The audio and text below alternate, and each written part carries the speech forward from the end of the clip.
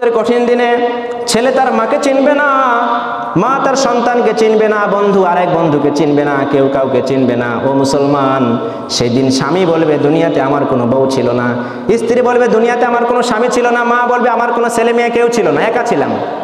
কঠিনতম দিন। আল্লাহর হাবিব বলেন সেদিন মানুষের মুখে শব্দ হবে একটা, ইয়া নাফসি ইয়া নাফসি। বিশ্বনবী শুধু বলবে ইয়া উম্মতি ইয়া উম্মতি। ও মুসলমান, সেই কিয়ামতের কঠিনতম দিন যখন সূর্যের প্রচন্ড তাপ মানুষের মাথার সামনে চলে আসবে, সূর্যের তাপে প্রচন্ড তাপে মানুষের মাথার মগজগুলো ভাতের মার যেমন এরকম টকবক করে, ভাতের মারের মতো টকবক করবে, মানুষের কান দিয়ে নাক দিয়ে সেই ফেনাগুলো বেরিয়ে বেরিয়ে যাবে। রব্বুল আলামিন বলেন ইন্নামা ইয়ামুরু মাসাজিদাল্লাহি মান আমানা বিল্লাহি ওয়াল ইয়াউমিল আখির ওয়া কামাস সালাতা ওয়া আতাজ যাকাতা ওয়া লাম ইয়াখশা ইল্লাল্লাহ ফাআসা উলাইকা আইয়াকুনু মিনাল মুহতাদিন। আল্লাহু আকবার। আল্লাহ তাআলা বলেন নিশ্চয় আল্লাহ পাক রব্বুল আলামিনের ঘর মসজিদ আবাদ করবে তারা যাদের মধ্যে 5টা বৈশিষ্ট্য আছে। 1 নাম্বার বৈশিষ্ট্য মান আমানা বিল্লাহি, 1 নাম্বার সে আল্লাহর প্রতি ঈমান রাখে। 2 নাম্বার ওয়াল ইয়াউমিল আখির, পরকালকে বিশ্বাস করে। 3 নাম্বার ওয়াকামাস সালাতা, নামাজ সালাত আদায় করে, নামাজ আদায় করে। 4 নাম্বার ওয়াতাজ যাকাতা, যাকাত দেয়। 5 নাম্বার ওয়ালাম ইয়াখশা ইল্লাল্লাহ, ভয় করে একজনকে, আওয়াজ করে বলেন তিনি কে? আল্লাহ। কয়টা গুণ? এই 5টা স্বভাব যার মধ্যে থাকবে সে হবে মসজিদের সভাপতি, সে হবে মসজিদের সেক্রেটারি, সেই আল্লাহর ঘর মসজিদকে চালাবে। ঠিক কিনা বলেন? কিন্তু বাংলার জমিনে অনেক মসজিদ আছে যে মসজিদের সভাপতি ঘুষ খায়, আছে না নাই? মসজিদের সেক্রেটারি নাস্তিক, আছে না নাই? মসজিদের যে কেশিয়ার 1 ওয়াক্ত সালাত আদায় করে না, আছে না নাই? এই আয়াতের মধ্যে আল্লাহ তাআলা পরিষ্কার বলে দিলেন যে আল্লাহর ঘর মসজিদ কেমনে, কে কিভাবে করবে প্রতিষ্ঠা, সব বলে দিলেন। আবার আমাদের কাজ কি? আমরা যারা আওয়াম আছি, জনসাধারণ, আমরা যারা কমন পিপল, সাধারণ মানুষ, তাদের কাজ কি? কোরআন সুন্নাহ থেকে তাদের কাজ 4টা। আওয়াজ করে বলেন আমাদের সবার কাজ কয়টা? 4টা। প্রিয় হাজিরিন, মসজিদ নাম শুনলে আমাদের ভিতরে একটা ভালো লাগে। মসজিদকে সবাই ভালোবাসতেন। মসজিদকে বাংলাদেশের যে সমস্ত যুবক ভাই দাড়ি নেই তারাও ভালোবাসে। ঠিক কিনা বলেন? আমাদের বাংলাদেশের জাতীয় কবি দাড়ি আছে গালে, বলেন? দাড়ি ছিল না, মোচ ছিল বড়। সেই কবিও বলেছে মসজিদের ওই পাশে আমায় কবর দিও ভাই, যেন গড়ে হতে মুয়াজ্জিনের আজান শুনতে পাই। আল্লাহু আকবার বলেন। এই সেই বাংলাদেশ, যে বাংলাদেশের দাড়িহীন একজন কবি বলতে পারে মসজিদের পাশে আমায় কবর দিও ভাই, যেন গড়ে হতে মুয়াজ্জিনের আজান শুনতে পাই। সুবহানাল্লাহ পড়েন। মসজিদেরই পাশে আমায় কবর দিও ভাই, যেন গড়ে হতে মুয়াজ্জিনের আজান শুনতে পাই। আল্লাহু আকবার পড়েন। কত মানুষ নামাজি ভাই মসজিদাগহীনাতে, আল্লাহ নামের করে জিকির লুটিয়ে গভীর রাতে। আমিও ভাই তাদের সাথে আল্লাহর নাম জপতে চাই, মসজিদেরই পাশে আমায় কবর দিও ভাই, যেন গড়ে হতে মুয়াজ্জিনের আজান শুনতে পাই। সুবহানাল্লাহ পড়েন। এই মসজিদকে আমরা অনেক ভালোবাসি। ঠিক কিনা বলেন? তো কোরআন সুন্নাহ বলে যারা মসজিদকে ভালোবাসেন তাদের 4টা কাজ। আওয়াজ করে বলেন কয়টা কাজ? 4টা। প্রিয় হাজিরিন, কিয়ামত পর্যন্ত আপনি ওয়াজ শুনলেন, 4 পয়সা কোনো লাভ হবে না যদি আমল না করেন। কোনো ফায়দা হবে বলেন যদি আমল না করেন? এই জন্য 4টা কাজ আপনি নিজে মুখস্থ করেন, বাসায় গিয়ে আপনার ডায়েরিতে লেখেন এবং এই 4টা কাজ করেন, তাহলেই বোঝা যাবে আপনি মসজিদকে ভালোবাসেন। আপনি একজন খাঁটি মুসলমান, আপনি মসজিদকে ভালোবাসেন। কিয়ামতের কঠিন দিন এই মসজিদ আপনাকে ডাকবে, বলবে আল্লাহ আমি তো জান্নাতে যাচ্ছি, যে ব্যক্তি প্রতিদিন আমার ঘর মসজিদে যাইতো তাকেও আমাকে দিয়ে দেন। 4টা কাজ। 1 নাম্বার, বেশি বেশি আল্লাহর ঘর মসজিদ আবাদ করতে হবে, প্রতিষ্ঠিত করতে হবে। 1 নাম্বার কাজ কি সবাই বলেন? বিশ্বনবী বলেন সহিহ বুখারী মুসলিমের বর্ণনা, মান বানা মসজিদান বানাল্লাহু লাহু বাইতান ফিল জান্নাহ, যে ব্যক্তি আল্লাহর সন্তুষ্টির জন্য, আল্লাহকে খুশি করার জন্য আল্লাহর জমিনে একটা ঘর মসজিদ আবাদ করবে, একটা ঘর মসজিদ নির্মাণ করবে, রব্বুল আলামিন ওই লোকটার জন্য জান্নাতে একটা জান্নাতি ঘর নির্মাণ করে দেবে।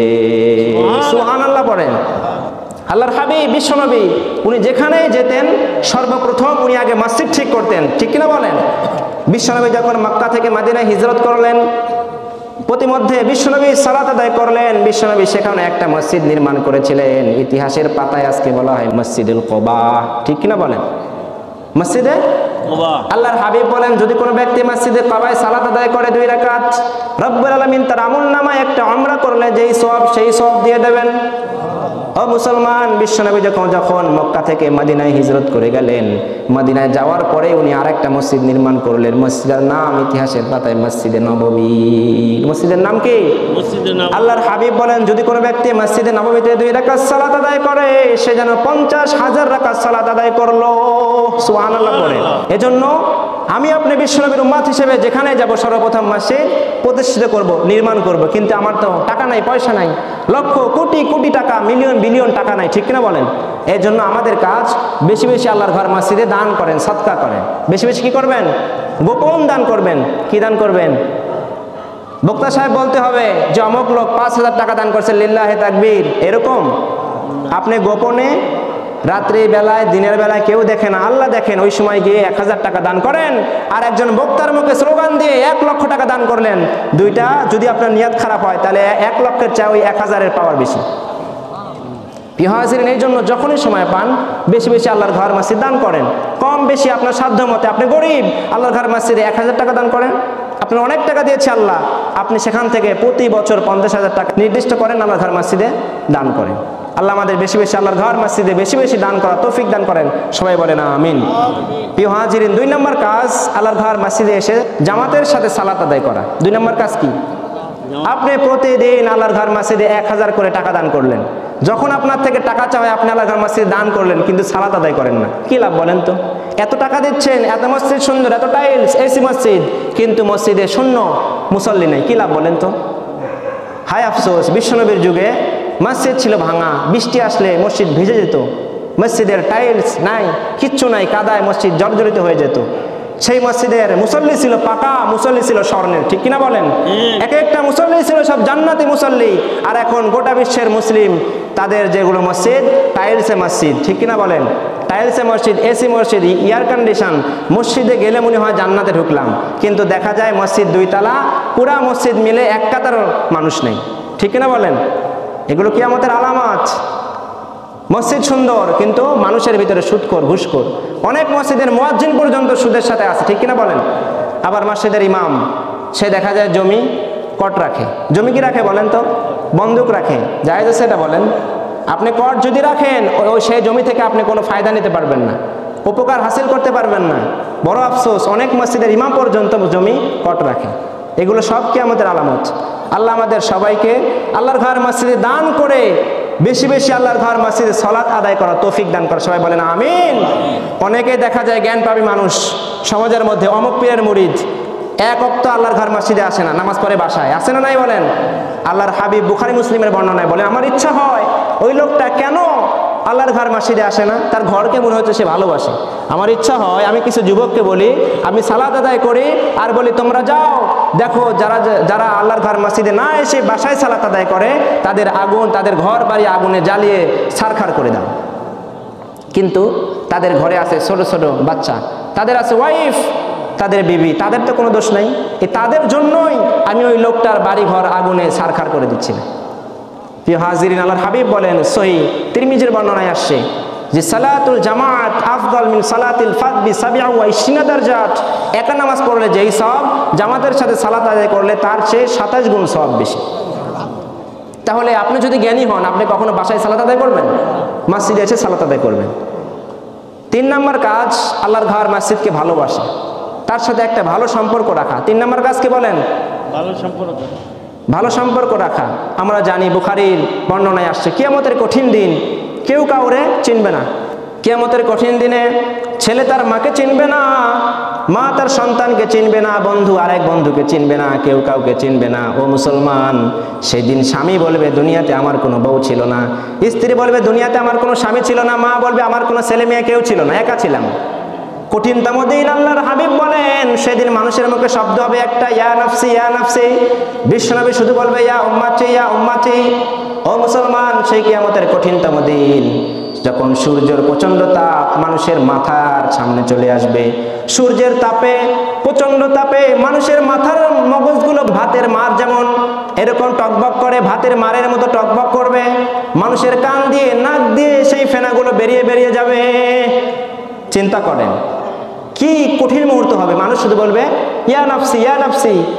বিশ্বনবী বলেন সে কঠিনতম দিন রব্বুল আলামিন 7 শ্রেণীর ব্যক্তিকে টান দিয়ে আল্লাহর আরশে আজিমের নিচে ছায়া দিবেন।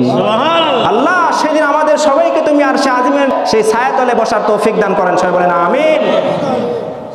আল্লাহর হাবিব বলেন 7 শ্রেণীর ব্যক্তিকে সেদিন রব্বুল আলামিন কুদরতি হাত দিয়ে টান দিয়ে আল্লাহর আরশে আজিমের নিচে ছায়া দিবেন।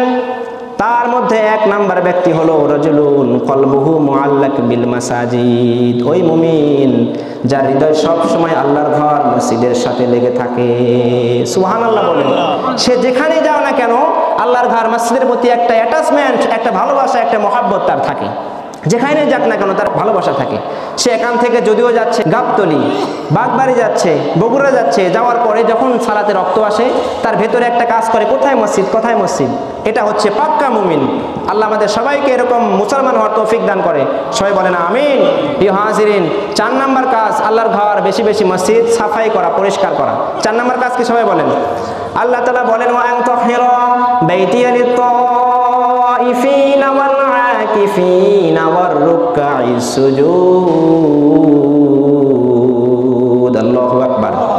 রব্বুল আলামিন বলেন ও নবী ইব্রাহিম, ইসমাঈল, তোমরা আসো আমার ঘর বাইতুল্লাহ পরিষ্কার করো। পৃথিবীর দূর দূরান্ত থেকে মানুষ আমার বাইতুল্লাহতে আসবে, তারা তাওয়াফ করতে আসবে, সালাত আদায় করতে আসবে। ও আমার প্রিয় নবী ইব্রাহিম, ইসমাঈল, আমার ঘর মসজিদ পরিষ্কার করো। অর্ডার করছেন আল্লাহ। কাকে করছেন? আল্লাহর নবী ইব্রাহিম, ইসমাঈল। আল্লাহর ঘর মসজিদ পরিষ্কার করেছিলেন আল্লাহর নবী ইব্রাহিম, ইসমাঈল। আমাদের বিশ্বনবী মুহাম্মদ সাল্লাল্লাহু আলাইহি সাল্লাম দেখলেন একবার এক ইহুদির বাচ্চা ইহুদি এসে আমাদের মসজিদে এসে থুতু নিক্ষেপ করলো। বিশ্বনবী নিজ হাত দিয়ে থুতু পরিষ্কার করলেন। আল্লাহু আকবার পড়ে। আর আজকে বাংলার জমিনে অনেক সভাপতি, অনেক সেক্রেটারি এসে বলে ও ইমাম সাহেব, আল্লাহর ঘর মসজিদে এই যে নোংরা আছে না নাই বলেন? কেমন সভাপতি আপনি, কেমন সেক্রেটারি, কেমন কেশিয়ার আপনি? আল্লাহর ঘর মসজিদ নোংরা আর আপনি এসে বলতেছেন মুয়াজ্জিন এই যে নোংরা পরিষ্কার করো, ইমাম সাহেব নোংরা পরিষ্কার করুন। আল্লাহর হাবিবের চেয়ে মহামানব আল্লাহর জমিনে আর আছে? সেই নবীজি নিজ হাত দিয়ে আল্লাহর ঘর মসজিদ পরিষ্কার করেছিলেন। বিশ্বনবীর পরে অর্ধজাহানের বাদশাহ খলিফাতুল মুসলিমিন উমর ফারুক, উনি মাজায় গামছা বেঁধে আল্লাহর ঘর পুরা মসজিদ ঝাড়ু দিতেন। চিন্তা করেন, আমি শুধু ওয়াজ করতেছি কিন্তু জিনিসটা কিন্তু অত সোজা নয়, অত সোজা নয়। অর্ধজাহানের বাদশা এরকম মানুষ শুধু বাংলাদেশ নয়, শুধু ভারত নয়, সারা পৃথিবীর অর্ধ দেশের বাদশা খলিফাতুল মুসলিমিন উমর, উনি নিজের কোমরে গামছা টাইট করে বেঁধে আল্লাহর পুরা ঘর মসজিদ উনি ঝাড়ু দিতেন। এটা ইসলাম শিক্ষা দেয় যারা আল্লাহর গোলাম হবে তারাই আল্লাহর ঘর মসজিদ নির্মাণ করবেন। হাদিসে আসছে যাদের অন্তরে জ্বালা, শান্তি নাই, শুধু অন্তরে জ্বালা জ্বালা জ্বালা, কোনো শান্তি নাই, তাদের 2টা কাজ করতে হবে। আওয়াজ করে বলেন কয়টা কাজ করতে হবে? 1 নাম্বার, যেই সমস্ত এলাকাতে ইয়েতিম বাচ্চা আছে, বাবা নাই মা নাই, অসহায়, সেই বাচ্চার কাছে গিয়ে বাচ্চার মাথায় হাত দিয়ে তার মাথাটা বুলিয়ে দেবেন, মাথায় হাত রাখবেন। আল্লাহ রাসূল বলেন আল্লাহ তাআলা ওই মুহূর্তেই আরশে আজিম থেকে কুদরতি হাত দিয়ে আপনার বুকে দিয়ে আপনার বুকটা ঠান্ডা করে দিবেন। সুবহানাল্লাহ। অসহায় ইয়েতিম বাচ্চা, তাদের মাথায় হাত দিয়ে বুলিয়ে দিবেন।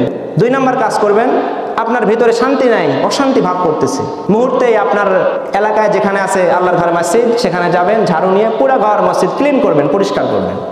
দেখবেন মুহূর্তে আল্লাহ তাআলা আপনার অন্তরের মধ্যে শান্তি ঢেলে দিবেন। সুবহানাল্লাহ। কয়টা কাজ করবেন?